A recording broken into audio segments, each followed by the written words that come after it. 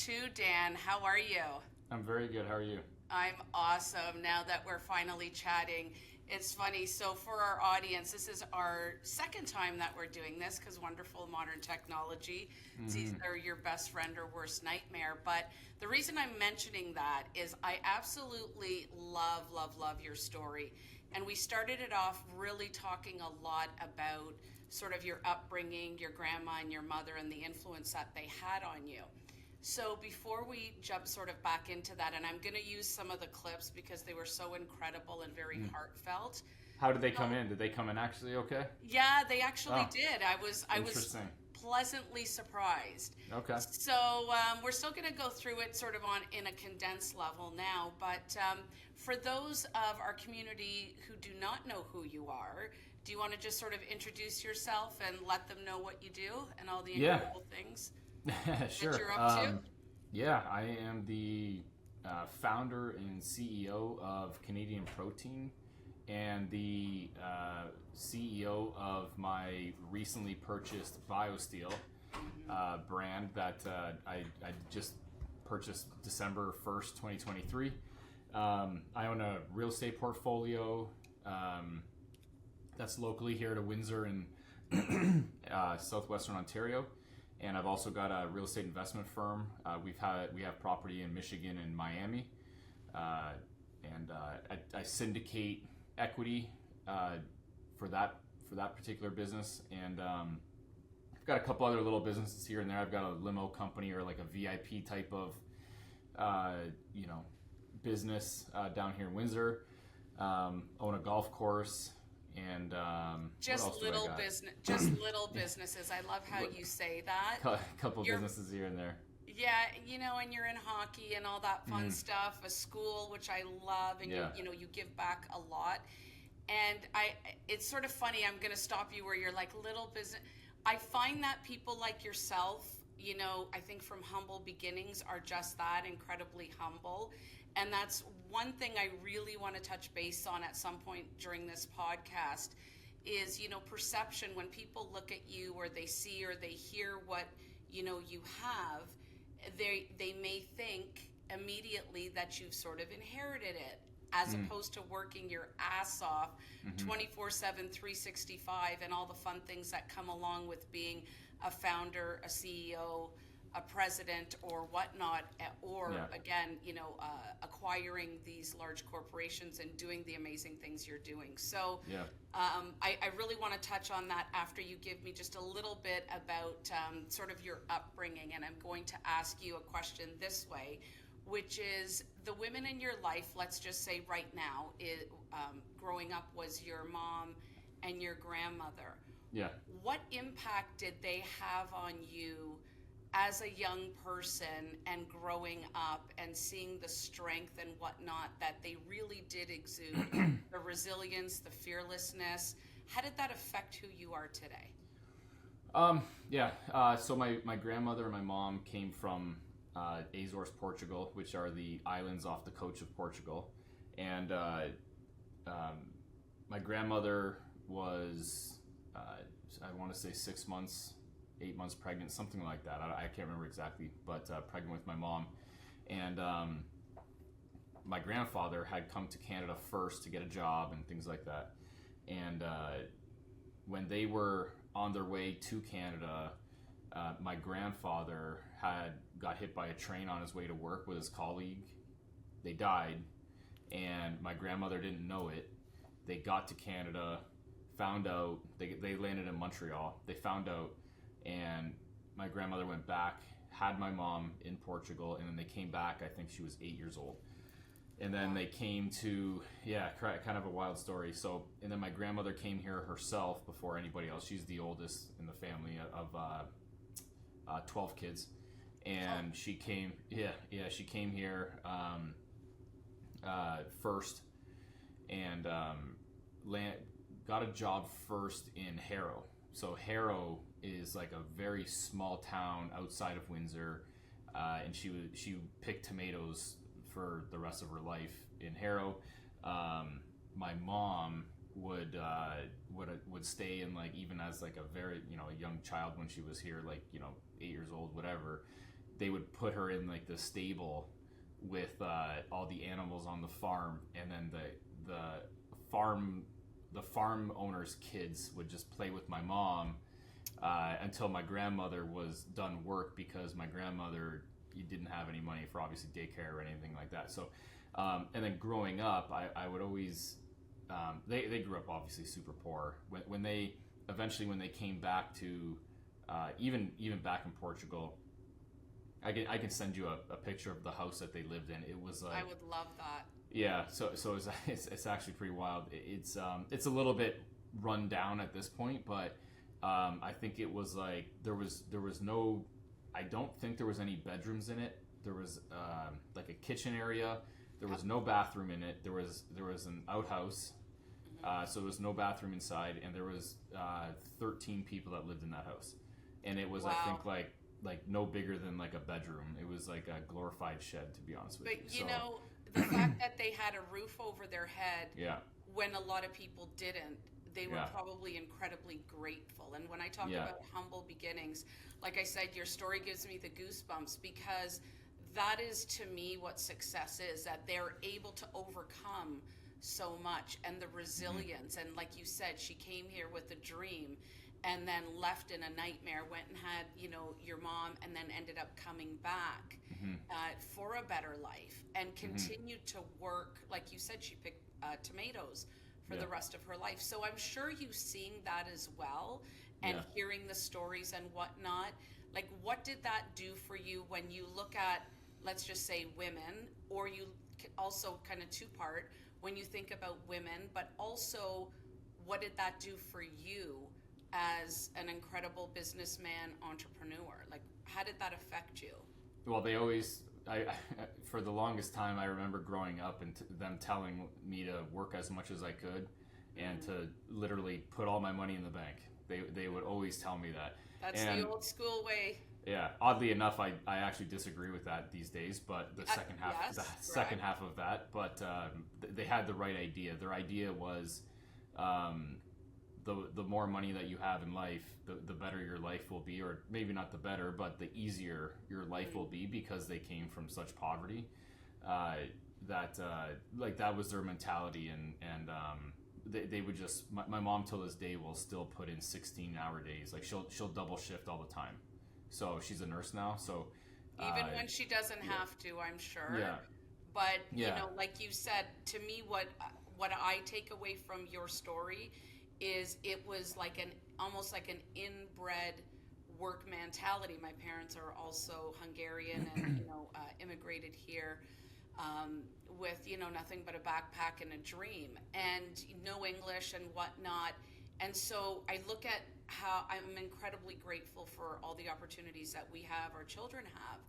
But Absolutely. When I look at our parents and our grandparents, I just can't imagine like us or our kids doing something like that. That's why I really give kudos to, you know, our ancestors, our parents and grandparents. And it seems like the really big takeaway was that work ethic, what you did with your money, and what, you know, their thoughts were and their beliefs, and, you know, risk taking nowadays is much different. But it sounds like they really instilled this amazing work ethic in you. Yeah, I mean, and confidence. Yeah, they never gave me anything. My parents, I always had to work for it. I had to work for my own car. I had a paper route since I was 9. You know, and I did that right into. At one point, you know, with the paper route, that was obviously my first job, because you're 9 years old, you can't really get anything else. Really, I wasn't even legally allowed to even do that. It was my parents kind of signed off on it that they were going to do it, but then they let me do it. So even with the paper route, I'd rollerblade and do it. So the reason why I would rollerblade and do it was because I could get it done in half the time. So then I convinced the Windsor Star to give me 2 routes. So one of the person that was adjacent to the other route off of there was like a main drag in my neighborhood, and I would do the papers on this one side of the street, and then the person that was doing the paper route on the other side of the street had quit. So then I petitioned to do that route as well, and I would be able to do both routes in the same amount of time and still make it to school, because you had to do it before school. So and I would rollerblade the whole time to be able to do both routes. So I was making I was making decent money as a 9-year-old. You know what I mean? So No kidding. So yeah, you figured out, sort of, there's a system, just like in every business, good, bad, or indifferent. I think your systems is really what you're saying and what I'm hearing. From a young age, you kind of figured out, I can do this. I could do it really well. I could do it faster and better than sort of anybody else, and in a way that nobody else thought of. Yeah, you just outwork people, right? And then I did that up until even high school.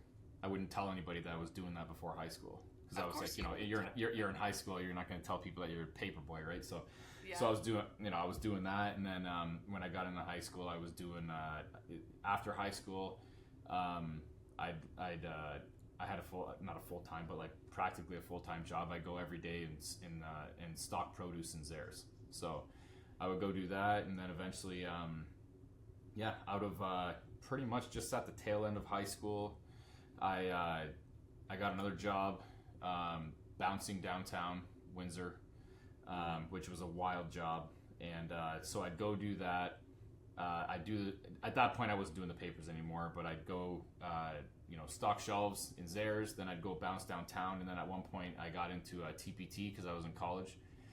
So TPT at GM, my dad worked at GM at the time, and he got me a temporary part-time job on the weekends at GM, and then so I'd go from Azores, I'd work till maybe 10 at night, and then I would either bounce, and then if I was working at GM, I would leave. I would finish school, go right to GM, and then leave GM at around midnight, and then go downtown and bounce. And then I ended up getting the bouncing job because all my buddies still wanted to go out, so I would convince them to come to the bar that I was working at to party, so that I could actually like be around my buddies and still make money. So it was an interesting scenario, like working those jobs for sure.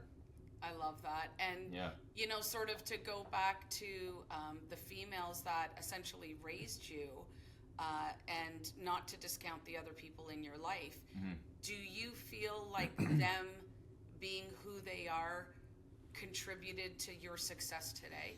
Yeah, work ethic for sure. My mom's work ethic is, I've never seen anybody really work that hard, to be honest with you. And she's like super small. She's like 5'3" and maybe 120 pounds. So she's like a wild work. She's a workhorse. I've never really seen anybody work that much. I've heard even comments about like how much she works. It's kind of crazy. Well, and I guess I kind of think her watching your grandmother obviously influenced her. It's sort of generational. Crazy question. You can answer this. I mean, this would be a whole series, let alone podcast on its own.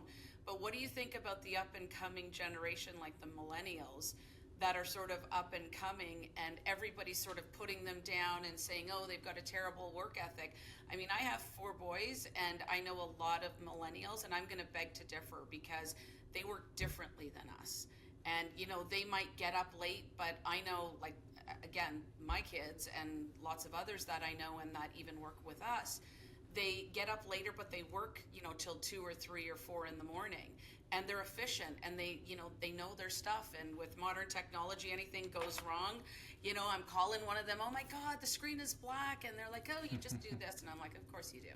Mm-hmm. So what do you think about, the up and coming generation? Are they going to have a good work ethic or what? I disagree with you, actually. I think you might have 4 anomalies there. Yeah.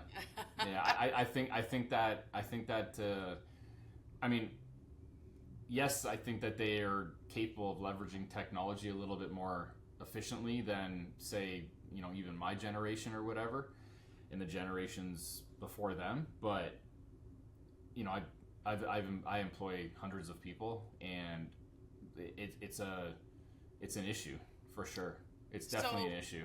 Yes, and that's why I'm saying I do agree with you, but I'm saying I'm sort of on the fence. I think you get 50-50 because I think the way that they work differently. I think the work ethic is what should be instilled in them, but I think is not. I know I did with my kids. I think it's a parenting sort of question, but I'm saying, like, as you said, as somebody that employs hundreds and hundreds of people, you find it an issue.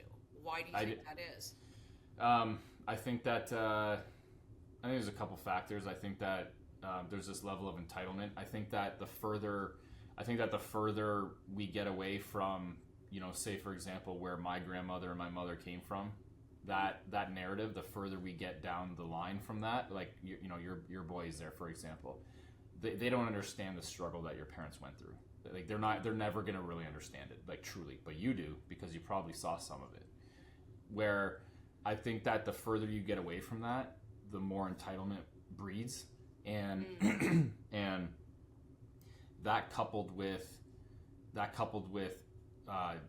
what they consistently see on social media, and their thoughts of like, I'd also deserve this, is a major issue. Yes. And I think that I definitely have seen it become an issue where people feel that they are deserving of things that they haven't put the work in to justify deserving it. I have 1000%. absolutely seen that, and I do think it's going to be an issue. But I think I also feel like it's something that the new generation has to look at as an opportunity, because if you're not cut from that same cloth and you are willing to work extremely hard, you're going to have an upper hand. And I almost can't stand the saying of when people tell me, because I don't want to say that I built my platform on my willingness to outwork people, but at the end of the day, that is a major factor. And then I constantly get this, why don't you just work smarter? And I'm like, guy, I'll outwork you physically, mentally, and emotionally, and then I'll also work smart. So you can't, when you couple that, because you can't compete with that, right? Like the majority of people are just not willing to work past 8 hours. I will work 16, 20 a day. Yesterday I was, at work at 6, 7 a.m. and then I got home at 10 o'clock at night, and then I'm, still kind of working when I get home, and then I go to sleep, and then I just work. I don't do anything else. Like I truly don't do anything else. And then I leverage AI, I leverage people, are my employees. They leverage all the tech that they have at their available, and what they have available. They leverage all the tech that they have, and it's extremely smart. I also work with a very young workforce that in our office we breed the same type of culture. I mean, I'm not willing to accept mediocrity, because mediocrity builds mediocre things, and I'm not interested in building mediocre things. And I also feel like our ability to move extremely quick with a smaller team that can produce the same amount of production as a larger team, or a team that's 2-3 times the amount, just from literally doing what we're talking about right here, is working a little harder and but that is a lot working smarter. Like in my opinion, I like agree. you said, you're not breeding this entitlement. Yeah. And and I agree with everything that you said. I don't like the work smarter. And I'm like, what? No, like people will see some posts, or they'll see emails or whatever. They're like, do you ever sleep? And I'm like, very little.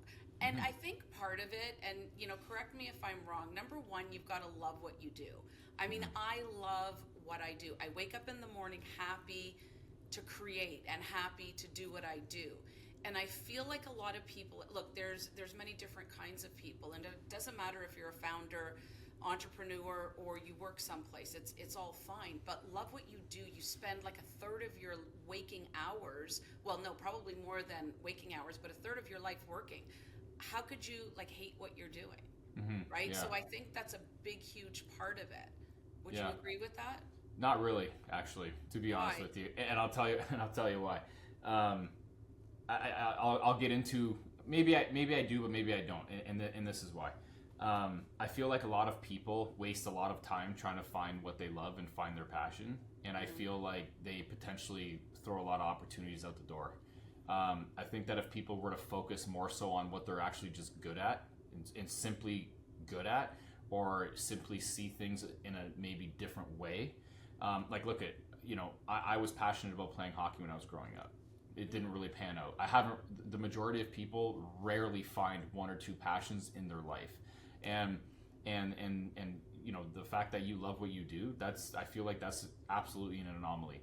Do I love nutritional products? No. Do I love real estate? No. Do I love limos? No. Do I love hockey camps? No. Do I love my BioSteel Academy? The business part no. of it you like. But it's not even that. I feel I don't disagree with that. And I think I found what I'm good at, and inherently by finding what you're good at, you come to love it. And for me, I'm also a competitive guy, and I don't know what's more competitive in the world than the business world. In the physical sports world, you can almost see things coming. You can gauge things. You can read plays. The business world is so incredibly cutthroat. You never see the knife coming. You never do, and it's always behind you. It's always coming from behind you. So it's outrageously competitive, and I, being a competitive person, maybe that's one of the reasons why I do love business. But it's a love-hate relationship, because some days, like it's tough, and to be honest with you, it's not like the passion that keeps me going. It's the competitive nature of business, where I can't stomach the fact of someone taking what I've built, or even gaining ground in an industry that I'm in, or competing with myself on a day-to-day basis. Even from the perspective of growing week over week, month over month, year over year. If I start seeing negatives, like, it really bothers me. It truly does bother me. I feel like I'm failing, and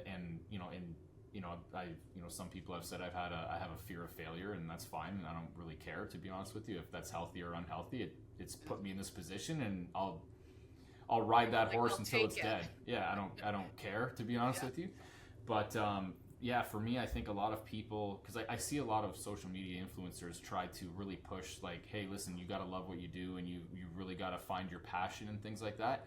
I think that's actually dangerous, and I think that can really, really prevent people from experiencing success in their life, in all honesty. I think that... And that's fine. We can agree to disagree, because I think... What I meant by that comment is, if you wake up every day and, I don't know, you're picking tomatoes and you just hate your job, I'm saying that you have to do it because you have to do it. You've got to pay the bills. You've got to do whatever you've got to do to get through. But I think exploring other things, and like you said, if you're good at something, you're typically passionate about something. Yeah, you will so probably if you're become passionate to love about your, about business, or if what drives you, I mean, there's different things that drive people. If for you it's competitiveness, I think every founder and entrepreneur have a certain sense of competitiveness, and if you don't, then maybe you shouldn't be an entrepreneur. But they definitely have something in them the 99% that are not founders or entrepreneurs don't have. So if we call it passion, if we call it competitiveness, I just feel like, if you woke up every day hating what you did, would you do it for 16 to 18 hours a day? Yeah, it's I don't know. Every day's a good day, by the way. For sure, There's days, everybody has shitty days, right? Oh man, is that the truth? So and I'm not saying that and I'm not saying that you and I'm not saying that you can't find your passion. I think that there's a lucky few that, if they're passionate about an industry or a product or a service, and then they happen to also develop a business around that and become successful with that business, that's an absolute anomaly.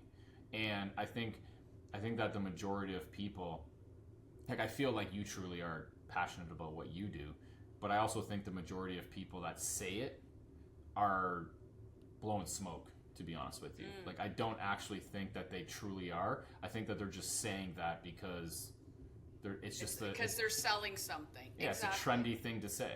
It's just a trendy thing to say. So it's a romantic story. 100%. But that's why, I mean, the brand I Am Unbreakable is about the struggles part of the story. So it's about the struggle. I don't want to Sure. see, social media, Instagram or whatever it is, you in front of a shiny car or a boat or whatever. I want to hear how you got there. To me, Yeah. it's like there is no paved highway to success, whatever success looks like to you. There's always one dirt road uphill, right? And so that to me is what the story is. And Absolutely. it sounds like for you, your whole journey has always sort of been about climbing the hill. And even if you plateau or you get to where you sort of think you want to be, for you, there's never a plateau. You're always going up. And again, yes, you're going to go down a little bit, but you're going to find a way to keep, climbing up. And I think from, a business perspective, I think that's extremely admirable. But you're right, not everybody has that sort of drive, competitiveness, work ethic, whatever we want to, label it as. So do you think that where you are today will be where you will be in 5 or 10 years from now? And if not, why? I hope not. I mean, what am I doing then if I'm still here, right? Do you hope to grow? Do you hope to acquire 1 million more companies? Like, what is your sort of short-term plan, if you will? And you don't have to get into, detail, but are you wanting to sell these companies, grow them? Talk a little bit about that. Well, I think there's a lot of room for growth in both of these businesses, specifically Canadian Protein and BioSteel. Do I think there's like a sale in the future at some point? Probably. I mean, if somebody comes and cuts me a check for, some number that I can't refuse, then we all have a price at some point. Everything's for sale. So, exactly. Yeah. I've always heard one of my very near and dear mentors, Tony Robbins, is always like, if you don't have an exit strategy, then all you have is all you have is a job. You've bought yourself a job. So I think every business has to have some kind of exit strategy, even if you don't have it in place today. It's there, like you said, right? So, sorry, go ahead, continue. No, I was going to say I don't have a number in mind. I'm blinders on growth at this point, but responsible growth. I mean, not. I own 100% of all these businesses. I don't have partners, except for the real estate syndicate, obviously, but I'm the principal in that business as well.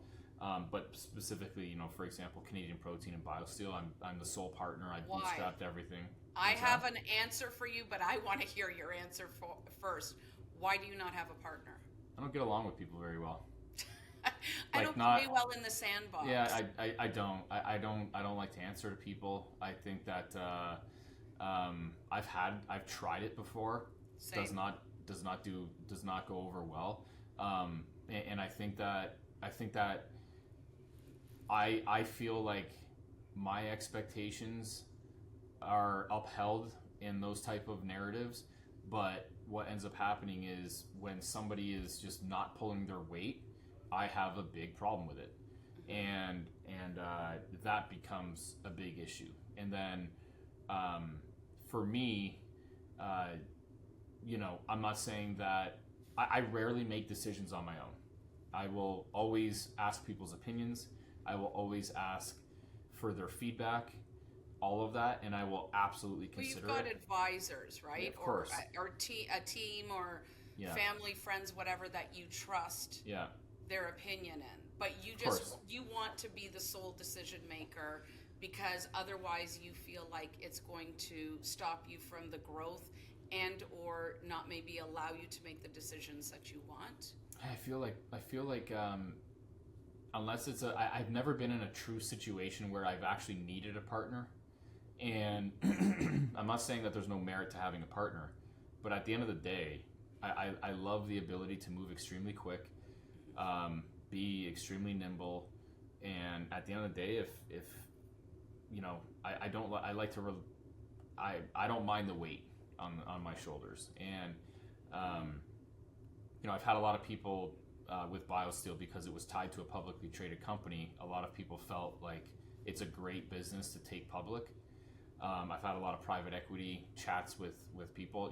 Not that I'm looking to raise funds or anything. I don't need to raise any funds, but it's something that's interests me. I don't come from that world. I don't come from private equity. I don't come from, publicly traded companies. I've actually never bought in a stock in my entire life, to be honest with you. Oh, And yeah, so I'm real estate and business all day. So I've never bought in a stock. Like, and here's another example. I can't control where that money's going, but I can control the rental property that I'm buying. I can control my business. Like, I like having control because I feel like I happen to make good decisions, but I don't know what's going to happen with Tesla, for example, right? If Elon Musk has some sort of crazy meltdown in the stock, like, I don't know, right? Like, I don't know Elon Musk. I see him on Twitter, but like, I don't know him. Can't control him, so I don't feel comfortable giving him my money. I like to control the outcome of my future and my finances and what happens with my capital. So for me to bring in a partner and give away some of that control, unless it's absolutely necessary, where maybe in some scenario I do need the money or I need that level of expertise, then that might be different. But I've never actually been into that type of scenario, except for this one that fell apart, and it fell apart because the other person wasn't doing what they were supposed to be doing. So that's really the only example that I have in terms of like a partnership structure that didn't work out. But Right. maybe it's because I'm a control freak and I like to run things a certain specific way. But it is what it is. But it's working. That's my thing. Whatever works for many things work for many different people. Yeah. But you like that freedom of being able to have that control. I like the fact that you talk about quick decision making. Because we've talked. I've got a not-for-profit, and it's got a board, and it moves at a snail's pace. It makes me absolutely batshit crazy. I'm not gonna lie. No doubt. Yeah. And whereas, like you said, when you're 100% owner, you own everything.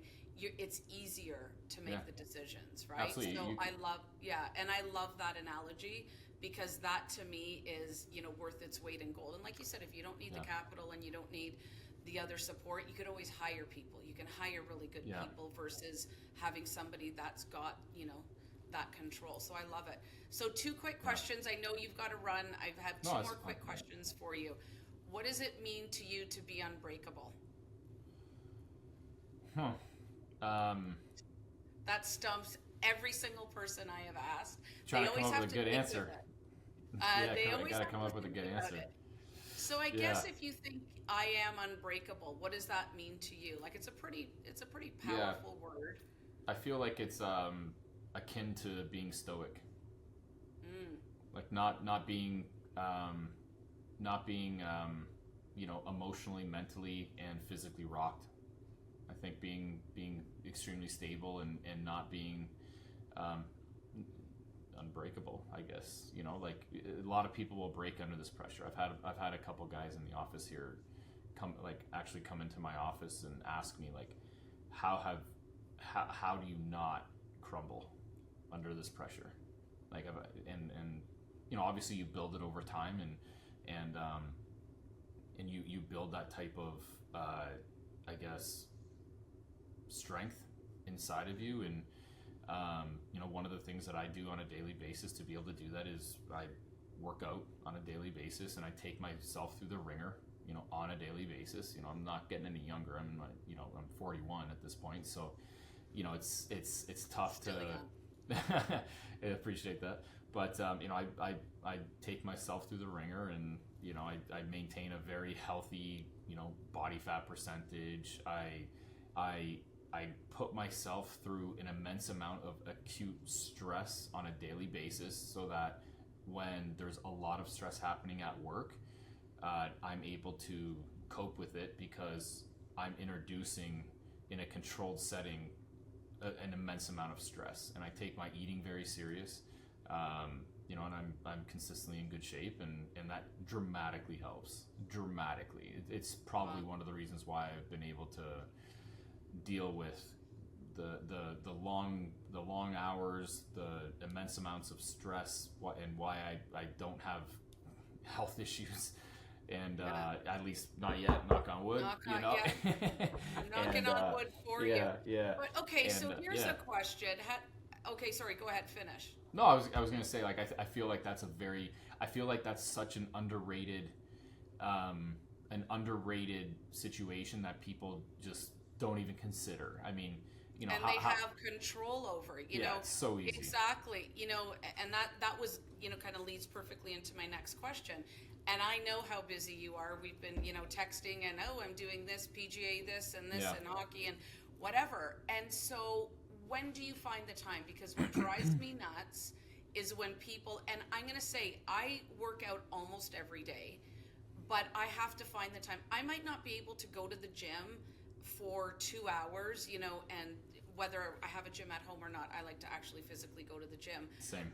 So I might, you know, go for a power walk for 20 minutes and then, you know, visit the gym for an hour. Or I might do 3 20-minute things or something. But I feel like you'll always have the time if you consider it a priority, and it's like brushing your teeth. You brush your teeth every day? Well, you don't have the time really, but you do it. So how do you find the time? I do it before 9 a.m. So I wake up and go.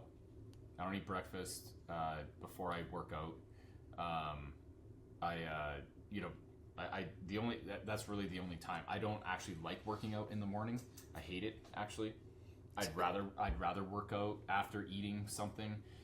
The reason why I don't eat something in the morning and then go is because your body doesn't have the ability to digest that food, whatever you're eating, in that amount of time. So it's irrelevant. I'd rather work out on an empty stomach anyways, because the food. You don't even have a protein shake? No, I have Nothing. a protein. No, post. I have a protein shake post, but I don't have time after like 8-9 a.m. when my phone starts blowing up, shit starts happening.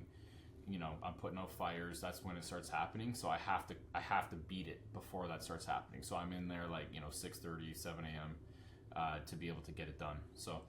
And how many people are at the gym with you? Because when I look at that sort of time frame, and I'm the same, super early morning, and you're right, do I really want to get out of bed when it's freezing cold or when it's well, it's not really boiling hot here, but you know, do I really want to get out of bed? Not so much. How many people are there? Probably not a hell of a lot, which also makes it good because then you're not waiting for the machines. Yeah, not as much as 5 o'clock, that's for sure. Yeah, quite a bit less. Yeah, the one thing that I do in the morning is I do cold showers. I'll do a 3-minute cold shower, like all the way cranked cold. Yeah, I don't do like the whole cold plunge thing. I remember watching a podcast with Andrew Huberman there, and he was mentioning that, you know, all these cold plunge baths and, you know, get this thing and buy this thing. And for me, if as soon as I start overcomplicating things, I probably won't end up doing it. So I have to do things very simplistic and very efficient. So the minute that I have to like maintain some sort of tub outside or whatever, I'm not going to do it. I need to be able to hop in the shower, set a timer for 3 minutes, crank that thing all the way cold. And according to him, from a physiological perspective, you get the exact same benefits as an ice bath as you do a cold shower. It's from a recovery perspective, if you're, say, a pro athlete and you're trying to reduce inflammation, that the cold plunge might make a difference. But from a physiological perspective, in terms of like building immunity and things like that, a cold shower is sufficient enough. So I do that every morning, have a coffee because I like coffee, and then I go to the gym, and that's it, and that's my day. I work out. That's amazing. And then, you know, sort of to wrap up, because I mean, I'm thinking that we're going to have part 2, 3, and probably 12. So if you had advice to give, and I never like the younger self question, but if you could sort of give yourself advice, say today, 10 years ago, would you do anything differently? Because, you know, you're successful. At the end of the day, have you made, you know, a few hiccups and bumps and bruises along the way? I'm going to say hell yeah, because everybody has. But would you do anything differently? Yeah, I do a few things different. I probably wouldn't trust as many people as I did. I'd be very wary of that. I wouldn't. And in saying that, I probably wouldn't try to fix relationships in like working relationships as hard as I did. I would just cut them loose and say bye and move on. And then what I would do is I probably would have tried to take action a little bit earlier on my supplement company, in terms of I actually ended up getting into real estate right around the same time as starting my supplement company, because I was afraid that the supplement company wasn't going to work out. I probably would have maybe not taken action, but I probably would have put more trust in myself to make that successful, and even more effort early on, because who knows if I would have been further along at this point. So I didn't trust in myself as much that I would be able to build Canadian Protein into what it is now early on. I always thought that there was I needed something just in case it didn't work out. And thinking back a decade, if I would have put all of my focus into Canadian Protein, it'd probably be further ahead, obviously. And you know what, you're in a great spot now, but I love those sort of tips that you gave to me are worth their weight in gold, because hindsight is great, and rare is it. People always say, oh, never look back. My thing is, I look back to see, number one, how far I've come, and to see how I can do things differently. And I think one of the takeaways that I also got from that is sort of don't be fearful about taking a chance on yourself and believe in yourself. Sure. Which obviously you do, and thank you so much. Cannot tell you how much I appreciate your time. Everything that you're building is phenomenal. Big love to you and continued success, and I'm going to bug you for part 2. Absolutely. Actually, part 3. Thank you. Let's do it. Thank you so much. Chat soon. See you later.